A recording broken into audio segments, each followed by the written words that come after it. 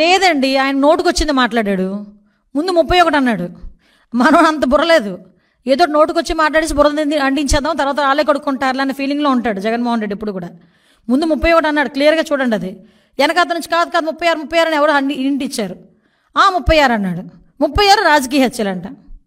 చెప్పనండి ఎక్కడ రాజకీయ హత్యలు ఏమి ఉన్నాయి?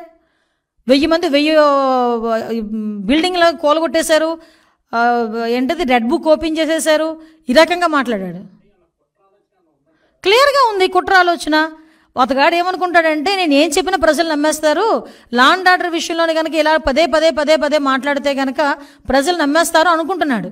ఏదో రకంగా గవర్నమెంట్ మీద బురద జల్లాలి కాబట్టి, చంద్రబాబు నాయుడు గారి మీద బురద జల్లాలి కాబట్టి ఏదో రకంగా అడ్డదారి తొక్కైనా మళ్ళీ ఏదో రకంగా సీఎం కుర్చీలో కూర్చుని పోవాలని కలలకు అంటున్నాడు. కాబట్టి ఈరోజు మా మీద బురద చల్లడానికి 36 రాజకీయ హత్యలు, 300 మంది దాడులు, అవి ఇవని చెప్పి ఫిగర్స్ సైతం చెప్తున్నాడు. ఈరోజు 45 రోజుల్లోనే ఇవి నువ్వు చెప్పినవన్నీ ఏమి జరగలేదు, నువ్వు చెప్పినవి జరగలేదు అని చెప్పి నేను చెప్తా. జరిగినవి ప్రూవ్ ఏమైనా ఉందా? యాజ్ ఎ హోమ్ మినిస్టర్ నేను మాట్లాడుతున్నా. నువ్వు చెప్పినవన్నీ కూడా అబద్ధపు లెక్కలు. దీని మీద నువ్వు ఎక్స్ప్లెనేషన్ ఇవ్వాలి.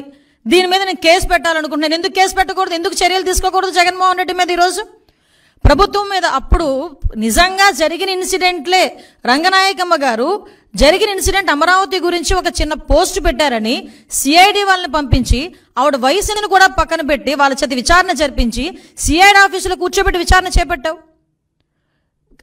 ఇలాంటి సంఘటనలు గౌతు శిరీష గారు ఒక చిన్న పోస్ట్ గవర్నమెంట్కి వ్యతిరేకంగా పెట్టారని సిఐడి నోటీస్ ఇచ్చి ఆవిడ సిఐడి ఆఫీసులో కూర్చోబెట్టావు.